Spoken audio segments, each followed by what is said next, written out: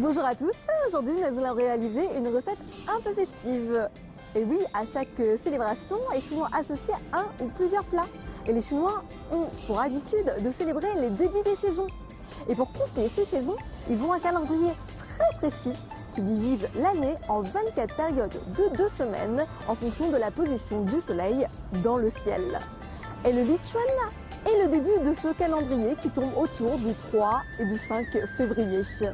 On appelle cela le Lichuan et ça annonce le début du printemps. Et pour célébrer le début de cette saison, les Chinois du Nord-Est ont pour habitude de manger des chuanping, qui signifie littéralement des bouchées de printemps. Ce sont en fait des crêpes de printemps. Et si vous êtes aussi curieux que moi, nous allons suivre le chef Chang Yunjun pour en apprendre un peu plus. Je suis Lisa et bienvenue dans Secret Chef, l'émission qui donne les crocs.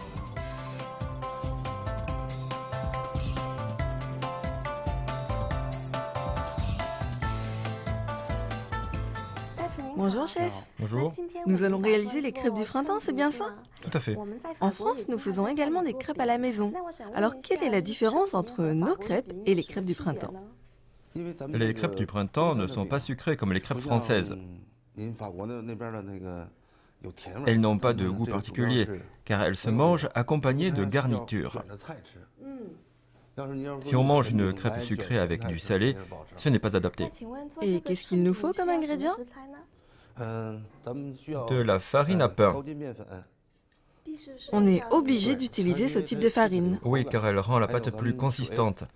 Ensuite, de l'eau, du sel et de l'huile de cuisson. D'abord, on met du sel, juste un peu. À quoi ça sert? C'est pour que la crêpe soit plus consistante, plus ferme.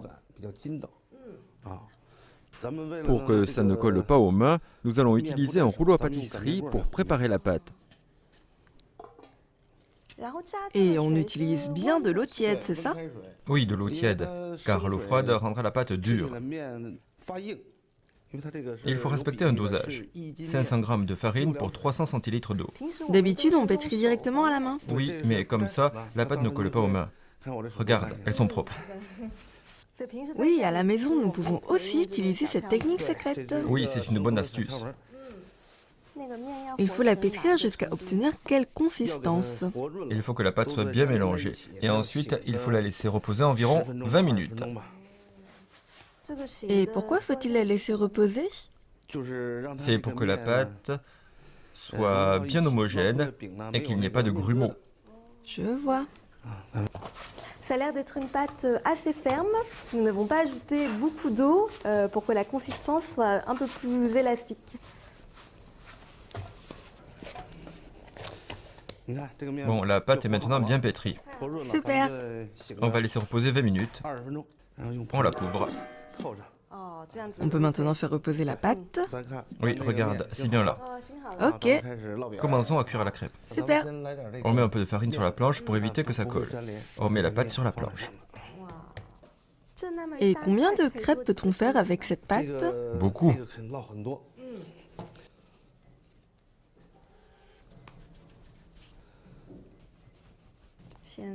Ok, on forme d'abord un bâtonnet. Oui, comme pour les raviolis, on les sépare en petites portions.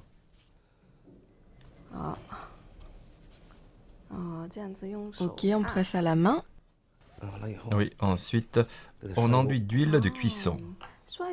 L'huile sert à éviter que les pâtes ne se collent entre elles ou pour relever le goût? C'est pour que les pâtes ne collent pas. Parce que les crêpes du printemps ont deux côtés. Un côté rugueux et un autre lisse. C'est différent des crêpes ordinaires. Donc c'est l'une des particularités de ces crêpes. Oui, étalons la pâte. Vous avez vu, il a pris 2 morceaux de pâte et les a collés ensemble. Et maintenant, il va, avec le rouleau à pâtissier, faire des petites crêpes. Plus la pâte est étalée, plus elle est fine. Et plus elle est fine, plus elle est délicieuse, c'est ça? Oui, il vaut mieux chauffer la poêle en avance. Comme ça, quand la crêpe est prête, on peut la cuire directement. Les 2 crêpes sont complètement collées. Oui, c'est bien là. Cuisons la crêpe. Ok. Tu tiens la crêpe d'une main et hop. Et on n'ajoute pas d'huile? Bah non, pas besoin. Pourquoi? Si on met de l'huile, la crêpe sera dure. Et comment savoir quand la crêpe sera cuite? Tu vois, il y a des petites bulles. Cela indique que l'envers de la crêpe est bientôt cuite. On peut retourner. Il faut une poêle anti-adhésive. Regarde, il y a des petits morceaux un peu secs et grillés. Ça veut dire que la crêpe est cuite. Oui. Du coup, ça prend environ combien de temps? Environ 2 minutes. C'est rapide. Tu vois, la bordure se soulève. Oui. Il faut obtenir cet effet-là. Des petits morceaux grillés des deux côtés. Ça veut dire que c'est prêt. Ah, vous avez vu ce beau geste? Oui, la crêpe est bonne. Super, on peut la sortir. Tout à l'heure, on avait mis de l'huile de cuisson au milieu. On obtient donc 2 crêpes. Ah, je comprends mieux. Regarde, un côté a des morceaux grillés et l'autre non. C'est vrai? Les 2 crêpes sont collées. Ça, c'est la spécialité de nos crêpes du printemps. Oui.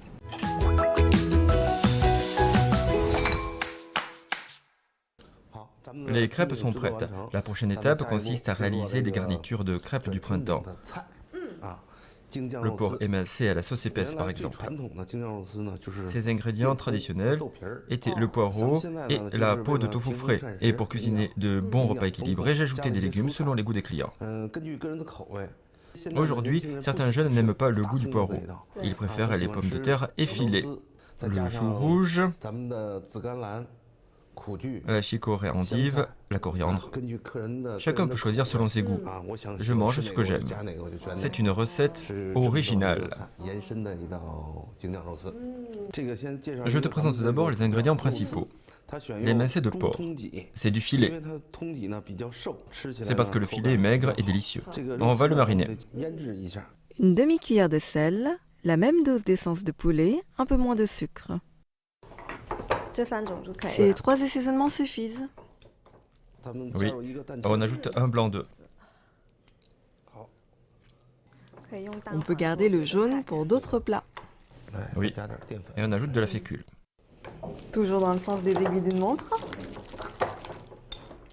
On va ajouter un peu d'huile.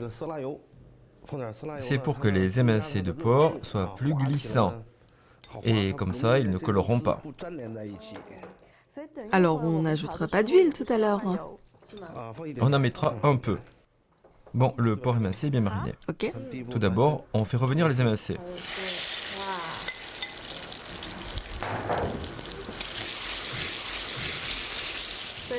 À grand feu, hein. Oui, Quand la viande change de couleur, ça veut dire que c'est prêt. oui. Regarde, les émincés de porc se séparent. Et si on n'avait pas ajouté d'huile? Les morceaux se colleraient ensemble. Bon, c'est revenu à la poêle. On fait cette garniture avec de l'huile de sésame. Et pourquoi de l'huile de sésame? Ça la rend plus savoureuse. On ajoute de la sauce épaisse Ok. à feu doux. À grand feu, la sauce sera amère. La sauce est prête, on ajoute la viande. Ça donne une belle couleur à la viande. Bien les mélanger. Bon, on va disposer dans l'assiette. Super.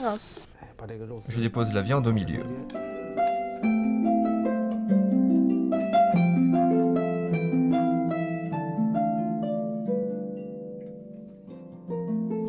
Le porc émincé à la sauce épaisse est prêt. Super.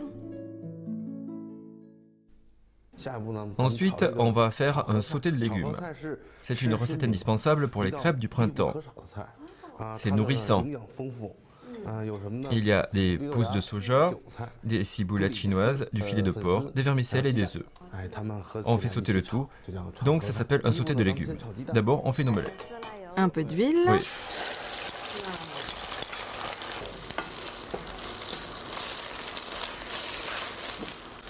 Bien, je retire. Un peu d'huile. On rajoute de l'huile entre chaque étape. C'est ça.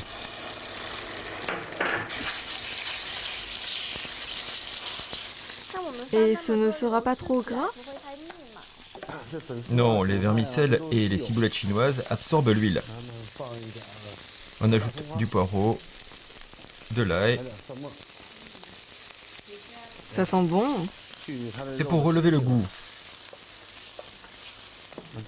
On ajoute de la sauce soja épaisse pour la couleur.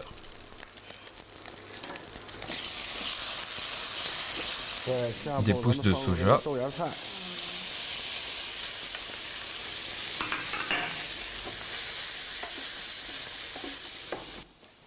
Et on n'ajoute pas d'eau. Non, parce que les pousses de soja dégorgent d'eau. On fait sauter à peu près combien de temps? Jusqu'à ce qu'elles soient tendres. C'est rapide. On ajoute les vermicelles. L'eau des pousses de soja suffit donc. Oui. J'ai toujours cru qu'il fallait faire bouillir les vermicelles dans de l'eau, mais apparemment on peut également les faire sauter dans une poêle avec le jus et l'eau des légumes, ça les cuit. Et pourquoi on n'ajoute pas les ciboulettes chinoises tout de suite? Car lorsqu'elles sont trop cuites, ce n'est pas bon. On les ajoute à la fin pour rendre le tout plus savoureux. Un peu de sauce soja, de l'essence de poulet, du sel, de la sauce soja épaisse et une omelette.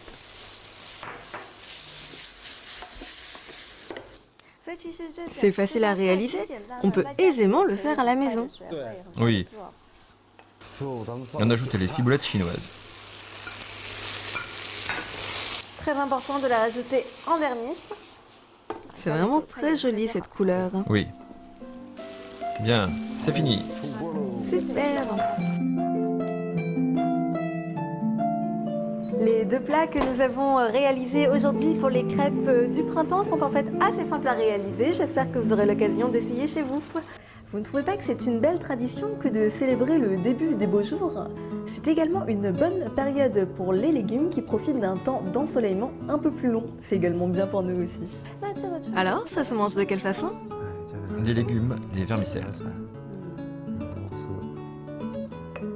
Un peu d'omelette. Et ensuite, on l'enroule comment? Ok, on met sur le côté. Ah! C'est comme ça. D'habitude, je mets la garniture au milieu. Quand on met la garniture au milieu, elle s'échappe facilement. Vous voyez comment il a refermé la crêpe ici? Du coup, on peut manger tranquillement sans que ça ne dépasse. Alors, je vais goûter.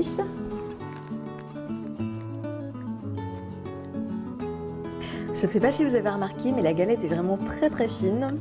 Ça ne doit même pas faire 1 mm d'épaisseur, du coup ça apporte de la légèreté.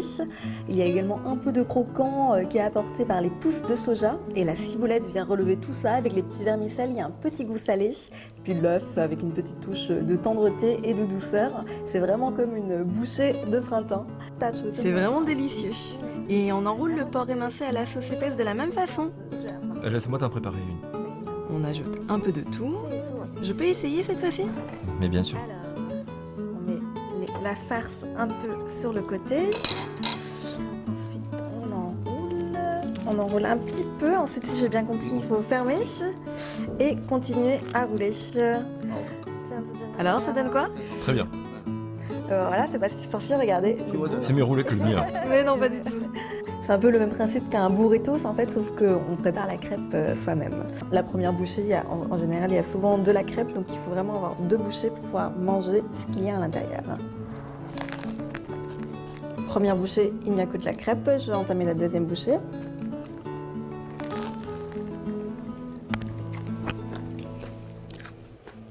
Je ne sais pas si vous avez entendu, mais c'est encore plus croquant que la première crêpe. Et ça, c'est le bruit du poireau et de toutes ces salades qui sont crues, qui sont là pour apporter un peu de fraîcheur et un peu de jus à cette crêpe. La sauce de la viande est hyper bonne, elle est super sucrée, un peu grasse, comme la viande n'a pas du tout de gras, ça fait un contraste en fait. Merci chef, merci de nous avoir appris à réaliser ces 2 garnitures et la préparation des crêpes du printemps.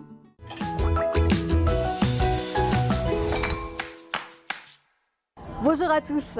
On parle de la fondue chinoise comme s'il n'en existait qu'une, alors qu'en réalité, elle se mange, elle se cuisine différemment selon les régions. Celle que l'on connaît avec un bon bouillon de poulet au milieu, tout plein de légumes et des morceaux de bœuf à cuisiner, est en fait une fondue consommée dans le sud du pays. Et la fondue qui nous intéresse aujourd'hui est quant à elle plus ou moins consommée dans le nord et le nord-est du pays. On la surnomme donc la fondue pékinoise. Ce qui la différencie des autres fondues, c'est son récipient avec un réchaud au charbon au milieu et son ingrédient indispensable, les fines lamelles de mouton. Et bien si vous voulez en apprendre un peu plus, nous allons tout de suite à la rencontre du chef Yi Bitié et bientôt cette recette n'aura plus aucun secret pour nous. Je suis Lisa et bienvenue dans Secret Chef, l'émission qui donne l'écran. Le restaurant Itialong, fondé en 1785, était autrefois connu sous le nom de Nanrenchun. Selon la légende, à la fin du 19e siècle, l'empereur Quanchu se serait attablé dans ce restaurant. C'est ainsi qu'on changea le nom de Nanrenchun en Itialong, qui signifie un dragon en mandarin, car en Chine, on associe souvent cet animal céleste aux empereurs. Bonjour, je m'appelle Ibitié, je viens du Sichuan. J'exerce ce métier depuis 14 ans. J'ai reconnu Monsieur Liu en tant que maître. J'excelle en cuisine sichuanaise et en plats pékinois halal. Bonjour chef, aujourd'hui nous allons réaliser ensemble la fondue pékinoise. Est-ce que cette façon de manger existe depuis longtemps? Oui, ça remonte à plusieurs siècles. Ça a été transmis à Beijing via la Mongolie intérieure. En France, quand on mange une fondue chinoise, on la consomme souvent avec des fines lamelles de bœuf. C'est rare d'en manger avec du mouton. Mais dans la fondue pékinoise, c'est l'ingrédient le plus important, non? Tout à fait. Y a-t-il des exigences particulières quant à la sélection du mouton? Bien sûr. On va préférer les moutons du Gansu, qui sont plus petits. Un mouton pèse entre 25 et 30 kilos. On fait aussi de l'élevage de moutons à Pékin. Pourquoi ne pas utiliser ces moutons locaux? Parce que leur odeur est plus forte. Leur goût est donc différent des moutons du Gansu. Oui, c'est ça. Je vois que nous avons choisi 5 parties différentes aujourd'hui. Peux-tu nous les présenter? Bien sûr. Les 5 parties sélectionnées viennent toutes du mouton de Gansu. Ça, c'est la selle de gigot. Le fameux mouton du Gansu. Oui. Regarde, cette partie est ronde. On l'appelle donc la noix. Je vois. Celle-ci a une forme allongée. Oui. En Chine, on la surnomme le concombre. Voici la partie supérieure du gigot. C'est la partie la plus grasse du gigot. Oh, c'est vrai, il y a une couche de gras sur la viande maigre. La partie supérieure de l'épaule. Avec juste un peu de gras. Oui, juste un peu. La technique de découpe demande aussi une certaine exigence. Il faut trancher la viande perpendiculairement aux fibres. Sinon, c'est difficile à mâcher. Voici les fibres. Il faut ainsi la couper dans ce sens-là. Regarde, les fibres sont très visibles. Super, on peut donc commencer. Ok. C'est un couteau intéressant, il sert à couper la viande de mouton. Oui, c'est un couteau traditionnel. Il y a une vraie maîtrise de découpe. Tout d'abord, il faut presser la viande fermement pour éviter qu'elle ne bouge. Comme ça, c'est plus simple à couper.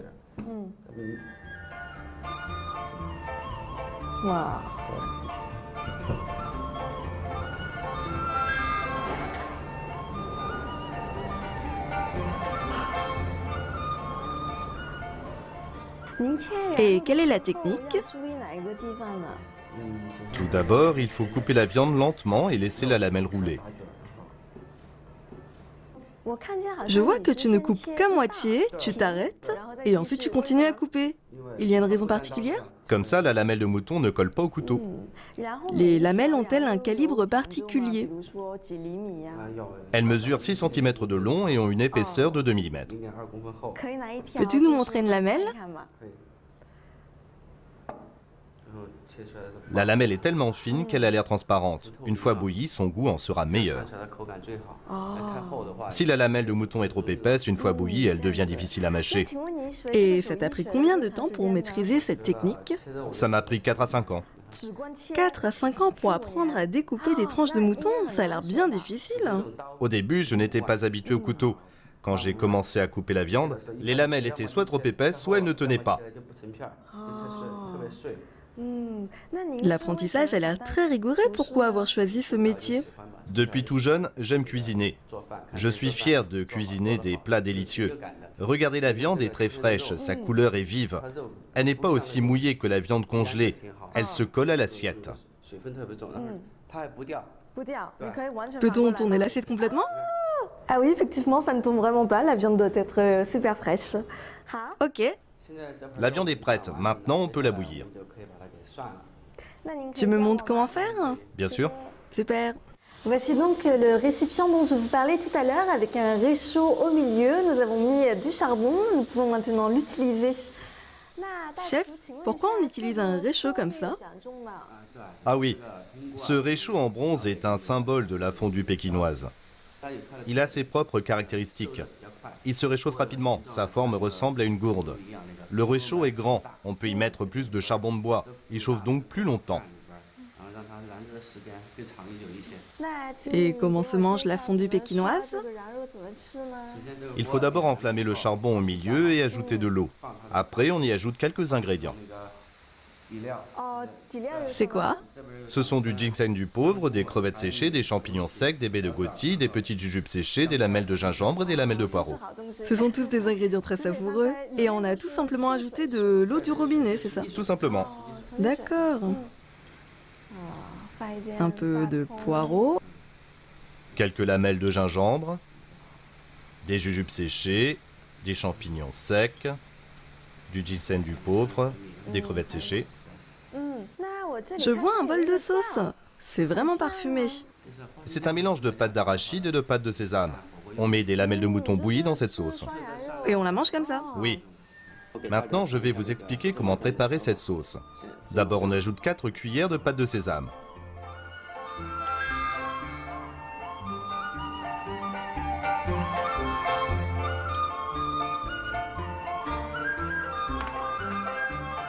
Ensuite, une cuillère de pâte d'arachide. C'est un bouillon de légumes et d'épices. On l'ajoute tout doucement. On mélange dans un même sens.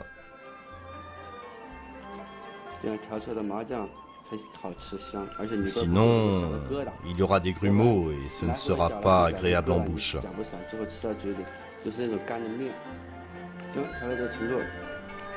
Ok, comme ça, on ne voit plus de bouillon et la sauce est homogène.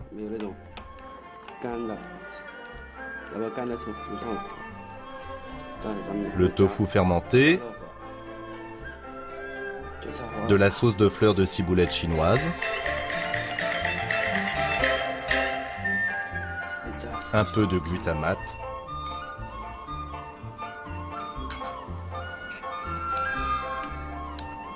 de la sauce soja,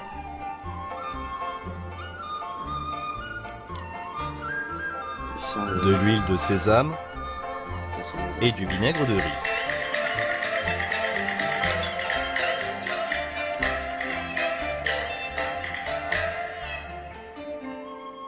À la fin, on ajoute un peu de sucre. Un tout petit peu. La sauce est prête. Voilà. C'est vraiment très parfumé. Ça me fait un peu penser à une fondue. À la fondue bourguignonne. On utilise de l'huile à la place de l'eau. Et on fait frire des morceaux de bœuf dans l'huile et on les mange avec toutes sortes de sauces. Par exemple, de la mayonnaise, du ketchup, de la moutarde. C'est à peu près le même principe que la fondue pékinoise en fait. Oui, c'est ça. Oui, et il faut également rajouter de la coriandre. Pour améliorer le goût, on peut ajouter du poireau haché, de la coriandre hachée, un peu d'huile de piment si vous mangez pimenté. Et comment on prépare cette huile de piment? D'abord, il faut tremper les piments dans l'eau. Et après les avoir séchés, on peut les faire frire tout doucement dans de l'huile tiède. Ok, et comment on fait pour brouillir la viande? Avant tout, il faut ajouter des lamelles de gras de mouton. C'est pour rehausser le goût du bouillon. On ajoute donc un peu de gras au bouillon en fait. On profite de ce temps pour préparer la sauce. D'accord. Mais en plus, hein, j'adore la coriandre. Du poireau haché, de l'huile de piment. Ça pique? Non, pas trop, ça sent très bon.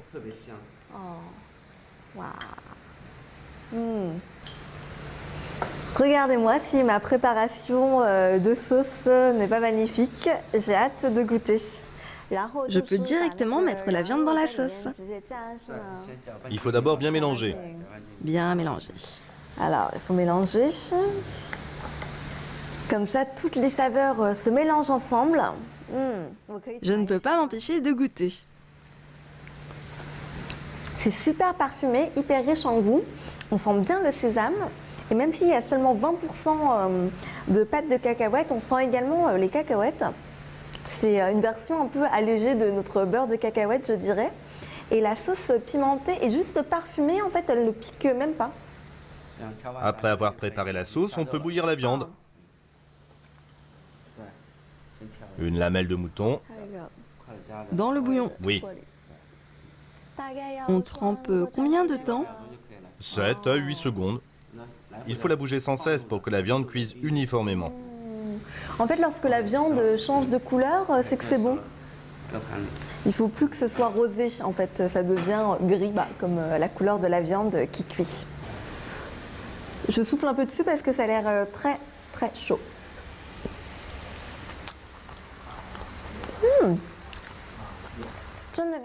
Oui, je peux sentir la fraîcheur du mouton. La viande est hyper tendre, on sent bien le goût du mouton, mais grâce à la sauce, ça adoucit un peu justement ce goût de la montagne. Il y a également la coriandre qui vient rafraîchir et puis le poireau aussi qui vient relever un petit peu. En tout cas, vous avez bien vu comme ces tranches de mouton sont extrêmement fines et ça demande effectivement des années de pratique pour maîtriser cette découpe. Chef, qu'est-ce que l'on va manger ensuite? Des choux chinois, du tofu congelé, des vermicelles. Auparavant, à cette époque-là, il n'y avait pas non plus de réfrigérateur. On conservait les aliments directement à l'extérieur. Les vermicelles étaient aussi faciles à conserver. Il n'y avait donc que ces ingrédients. Du coup, la façon traditionnelle de la fondue pékinoise a persisté jusqu'à nos jours, bien qu'on puisse trouver toutes sortes de légumes au marché maintenant. Et ça, c'est quoi? Des nouilles de haricots mungo. Pourquoi sont-elles vertes? C'est la couleur naturelle des haricots mungo. Je vois. Après avoir mangé la viande de mouton, on les mange en tant que féculents. Pourquoi les manger à la fin? Le mouton a tendance à réchauffer le corps. Dans la médecine chinoise, on dit qu'on a un surplus de chaleur interne si on en mange trop. Les nouilles de haricots mungo sont là pour contrer cet effet. On mange donc des féculents pour contrer cet excès de chaleur. Après, tu peux goûter à l'ail sucré. De l'ail sucré? Oui. C'est fait comment? Il faut plonger des gousses d'ail fraîches dans de l'eau, du sucre et du vinaigre blanc. Il y a l'odeur du vinaigre. Pendant combien de temps? Presque un mois. Un mois? Si long? Oui. Ça pique? Non, pas du tout. Alors c'est la première fois que je vais manger de l'ail comme ça. Bon, eh bien, je vais goûter. J'espère que ça va pas trop être piquant.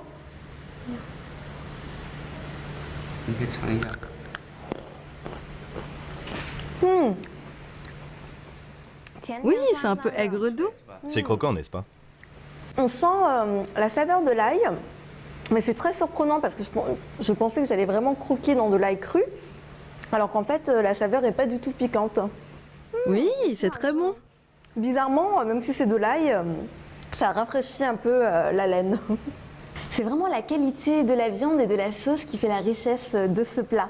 En tout cas, voilà encore une recette qui nous rapproche un peu plus. Dans le monde entier, la fondue est considérée comme un plat chaleureux, convivial et familial à déguster avec la famille ou entre amis pour nous réchauffer lors de nos longues soirées d'hiver. J'espère que vous aurez l'occasion d'essayer et je vous dis à bientôt dans Secret Chef.